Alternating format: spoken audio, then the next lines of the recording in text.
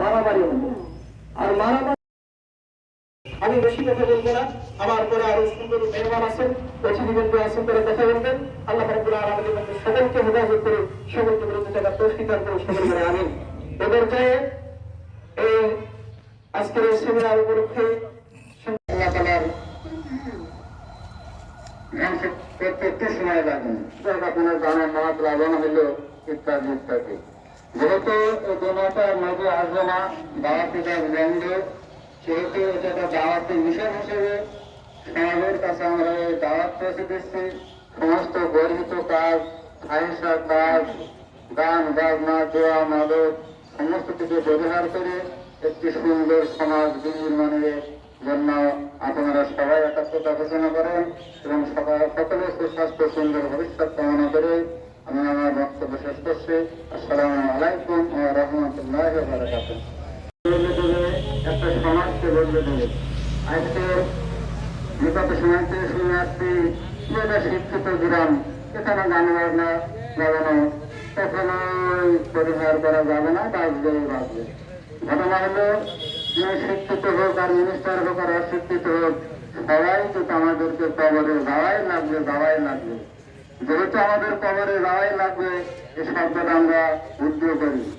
শিক্ষিত মূর্খ কোনো বিষয় নয়, সবাইকে যেহেতু কবরে যাবে, অশ্লীলপনা ভেঙামনা থেকে আমরা সবাইকে বিরত রাখি।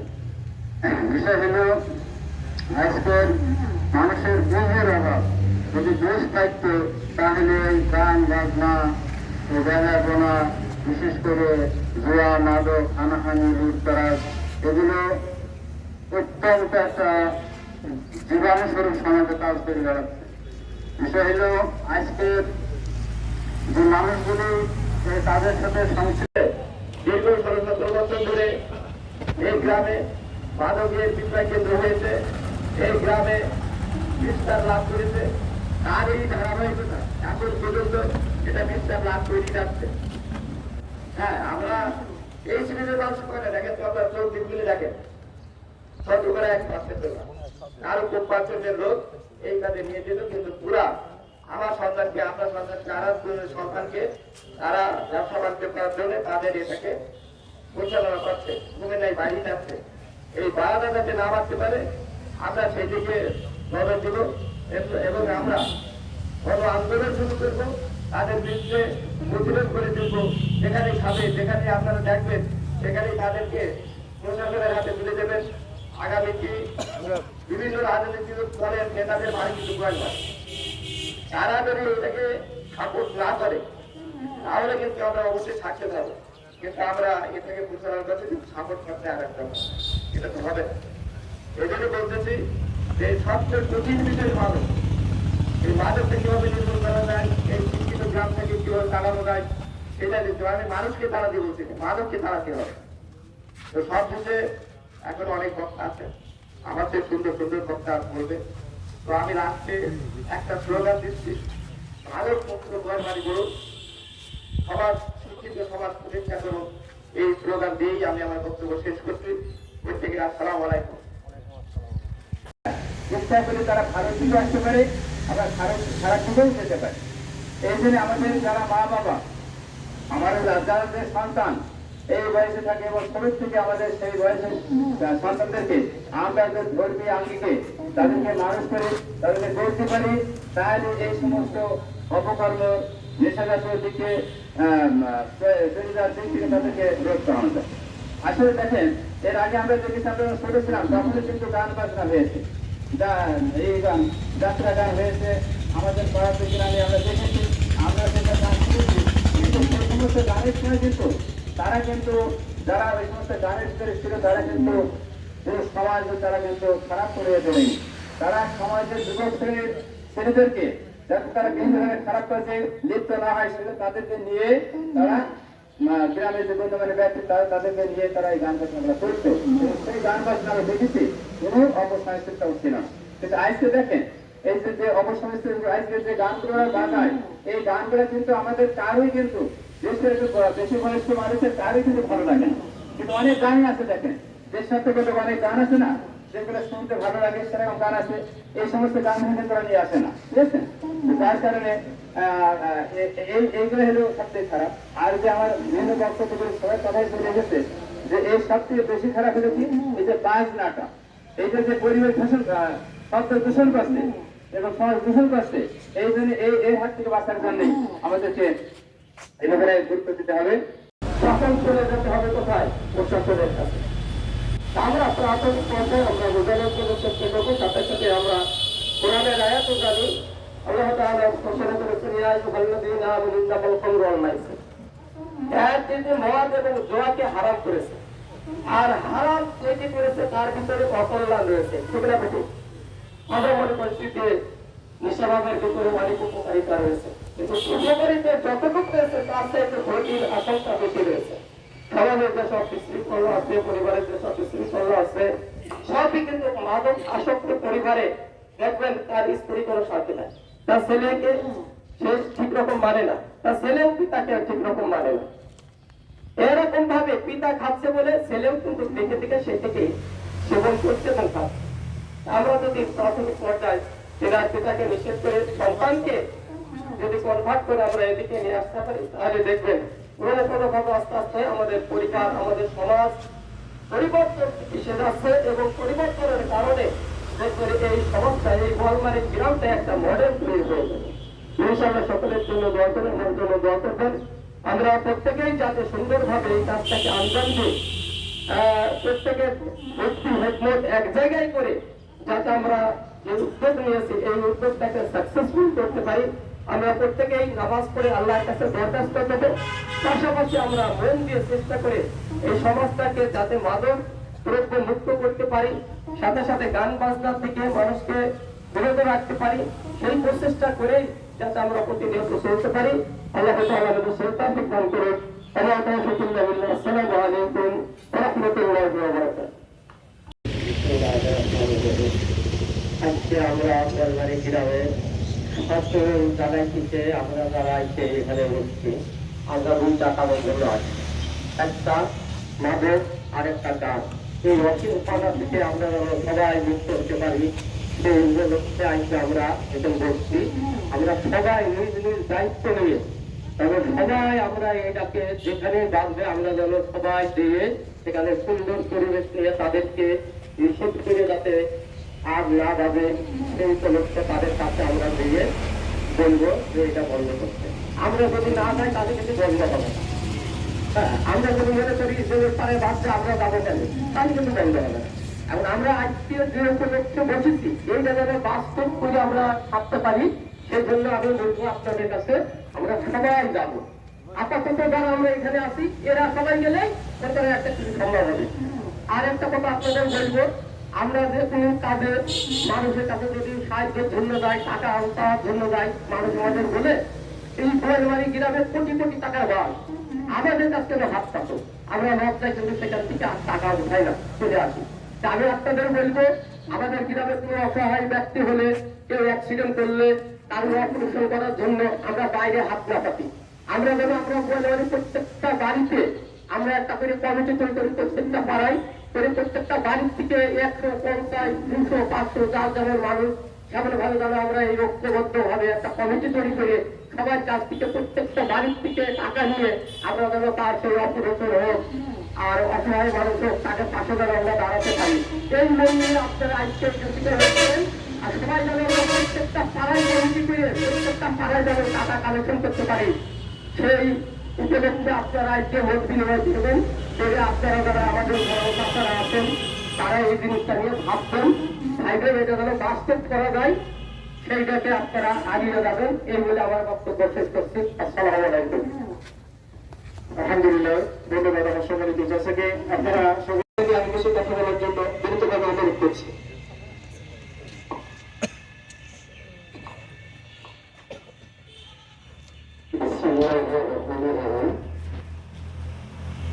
আজকে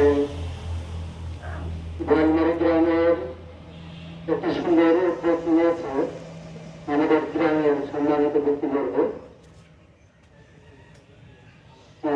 আমার কাছে যে চিঠি করছে তাদের দেখছি যে কন্যাকে পিটিয়ে এবং গোয়ালমারির মধ্যে আজকের এই সামাজিক যে কার্যক্রম সমাজের দিকে নেশাজাত দ্রব্য থেকে বিরত থাকার জন্য আজকে যে আয়োজন করা হয়েছে এই আয়োজনের ধন্যবাদ জানিয়ে আমি হিসাবে কথা বলতে চাই।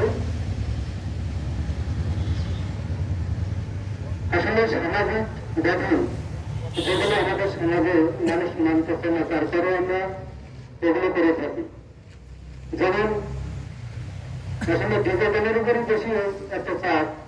ডিজে গানটা এমন একটা মানে অস্বস্তিকর বিষয় যেটা কেউ সমাজে মেনে নিতে চায় না। আমি একজন সদস্য হিসাবে আমিও এটাকে কোনো সময় সাপোর্ট করিনি, এখনো করতে চাই না। আমিও চাই যে দশজনের সঙ্গে একমত হয়ে এটাকে প্রতিহত করার জন্য। তো ডিজে যখন দেখি আমরা যে পিটার মুড়িতে বাজে, তখন আমার বাড়ি থেকে শোনা যায় যে এমন অবস্থা যে এখানে আমার বাড়িতে ঘুমানো যায় না, ওর একটা ঢোলের আওয়াজ থাকে সবসময়ের জন্য। তবে সামাজিক ব্যাধি যেগুলো আছে আমরা দেখি ডিজে আছে, নেশা, জয়া, বিভিন্নভাবে এই গ্রামে আনাচে কানাচে ঝড়ে জঙ্গলে হচ্ছে। আমরা কিন্তু সবাই অবগত, আমরা সবাই মোটামুটি জানি, কিন্তু আমাদের সেই প্রেক্ষাপট সেই কার্যক্রম গ্রামে চালু নাই বলে আমরা কাউকে এইভাবে তাদেরকে আমাদের পদে নিয়ে আসতে পারি না। তবে আজকে যে উদ্যোগ নিয়েছে আমাদের গ্রামবাসী, এই উদ্যোগে আমি যাতে সাফল্য হয় সে কামনা করি। আর সাফল্য করার জন্য যতগুলো প্রশাসনিক সামাজিক লোক, সমাজের ব্যক্তিবর্গ যারা এর প্রতি হত করতে চাই এবং করতে হবে, সবাইকে আমি ধন্যবাদ জানাই। আর বিশেষ করে সামাজিক ব্যাধি বলতে কিন্তু আরো আছে সমাজে। আমরা দেখি একটা বাল্যবিবাহ কিন্তু সামাজিক ব্যাধি, এটা কিন্তু এর মধ্যে নিয়ে আসতে হবে। আমরা যে বিভিন্ন সময় কিন্তু আমরা এই বাল্যবিবাহের করে দেখি যে সর্বশেষ যে প্রধান মেহমান আজকের অনুষ্ঠানে যে বর্তমানে সভাপতি জনাব মোহাম্মদ ফজলুর রহমান চাচাকে আমি বক্তব্য দেওয়ার জন্য বিশেষভাবে অনুরোধ করছি। এদের যে বক্তব্য নিয়ে আসছেন আমার সম্মানিত চাচা জনাব মোহাম্মদ ফজলুর রহমান।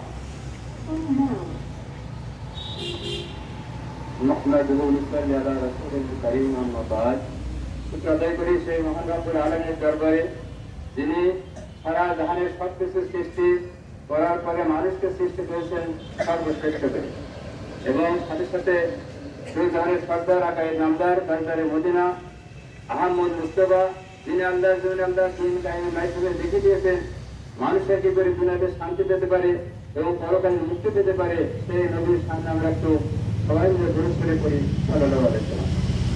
আজকে এই সভার বিভিন্ন পর্যায়ের দায়িত্বশীল ওলামায়ে কেরাম, এই গ্রামের মসজিদ এবং ঈদগাহ কমিটির বিভিন্ন পর্যায়ের দায়িত্বশীল এবং সামনে উপস্থিত ভদ্র গ্রামের বিভিন্ন পাড়ার জনগণ, আসসালামু আলাইকুম।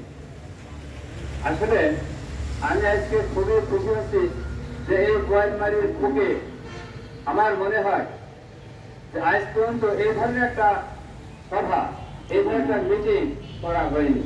কারণ এই গান বাজনা, নেশাজাত এবং মাদক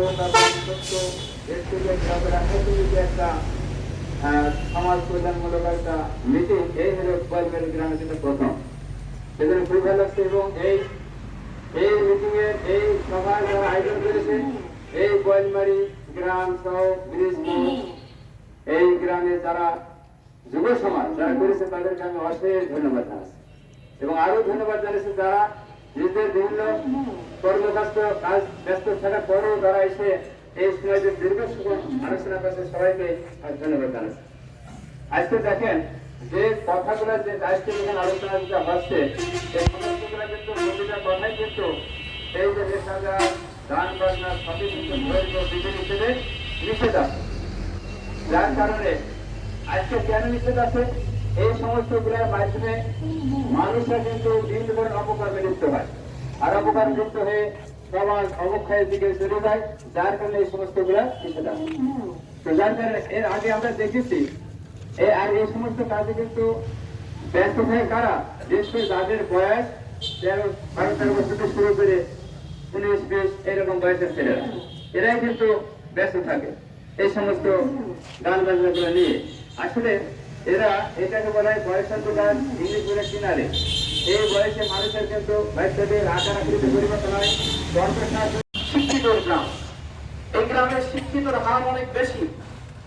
এই গ্রামে এমন কোনো মানুষ নাই যে সেরকম পর্যায়ে শিক্ষাগত দিক দিয়ে যে তেমন কোনো যে বড় বড় যে পর্যায়গুলো আছে দেশের, এই গ্রামে মানুষ প্রতিটা সেক্টরে আছে। ডাক্তার হোক, ইঞ্জিনিয়ার হোক, এদিকে জজ বলেন, যত সেক্টর থাকার দরকার, হাফেজ বলেন, মাওলানা বলেন, ভার্সিটির শিক্ষক বলেন, ইঞ্জিনিয়ারিং বিশ্ববিদ্যালয়ের শিক্ষক বলেন, প্রতিটা সেক্টরই মোটামুটি আমাদের এই গ্রামে সকল পর্যায়ের মানুষ আছে। আলহামদুলিল্লাহ।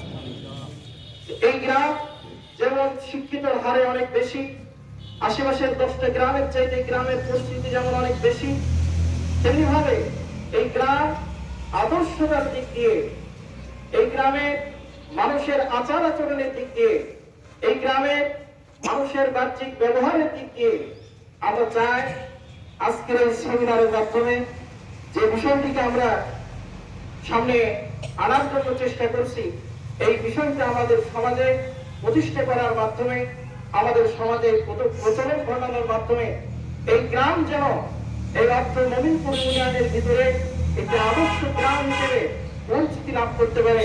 আল্লাহ তাআলা আমাদের সকলকে এই কাজে অংশগ্রহণ করে টিকে থাকার তৌফিক দান করেন। সকলে বলে আমিন। আমরা জানি যে বর্তমান পরিস্থিতিতে যে গান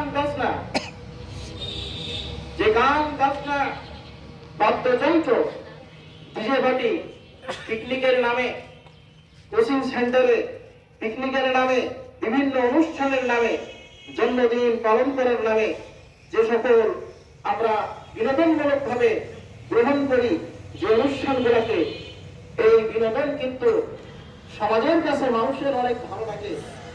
গান শোনে না, বর্তমান যুগে এমন একটি সময় চলে এসেছে যে গান শোনে না এরকম মানুষ নাই।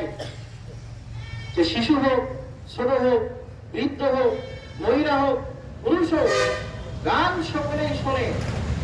আমাদের সমাজ ব্যবস্থা এরকম ভাবে আমাদের মন মানসিকতা তৈরি করে দিয়েছে যে আমরা এর ভিতর থেকে বড় হচ্ছি যে আমাদের সকালে যেমন ভাত খেতে হয়, দুপুরে যেমন শরীর সুস্থ রাখতে হলে খাবার গ্রহণ করতে হয়, শরীর ভালো রাখার জন্য যেমন রাত্রিবেলা একটু ঘুমের প্রয়োজন আছে, তেমনি ভাবে কিছু মানুষ চিন্তা ভাবনা করে নিয়েছে যে জীবনে বিনোদন করার জন্য, বিনোদনের মাধ্যমে জীবনকে পরিচালিত করার জন্য গান বাজনার দরকার আছে।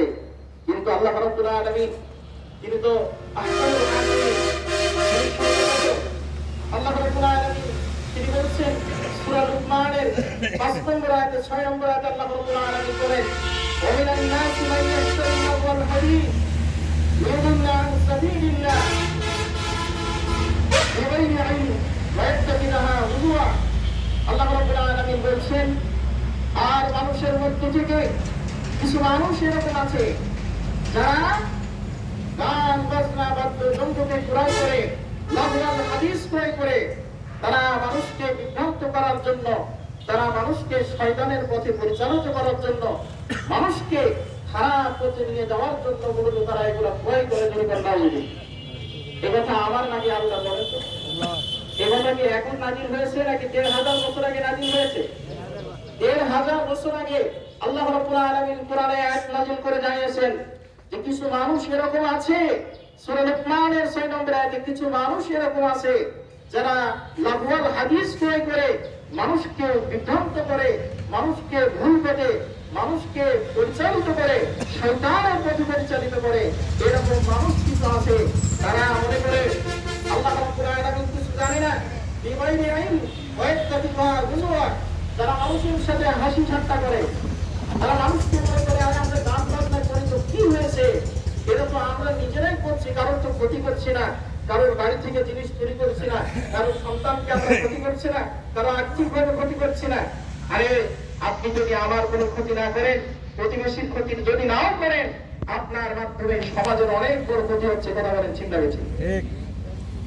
অন্য ক্ষতি হচ্ছে আল্লাহ রাব্বুল আলামিন এই আয়াতে যে লাহওয়াল হাদিস নামক যে শব্দ বলেছেন রাসূলুল্লাহ সাল্লাল্লাহু আলাইহি ওয়াসাল্লাম তিনি বলেন লাহওয়াল হাদিস ইবনে আব্বাস রাদিয়াল্লাহু তাআলা আনহু থেকে বর্ণিত হাদিস তিনি বলেছেন রাসূলুল্লাহ সাল্লাল্লাহু আলাইহি ওয়াসাল্লাম বলেছেন লাহওয়াল হাদিস মানে হচ্ছে বাদ্যযন্ত্র নেশা দ্রব্য মদ জুয়া গায়িকা নায়িকা।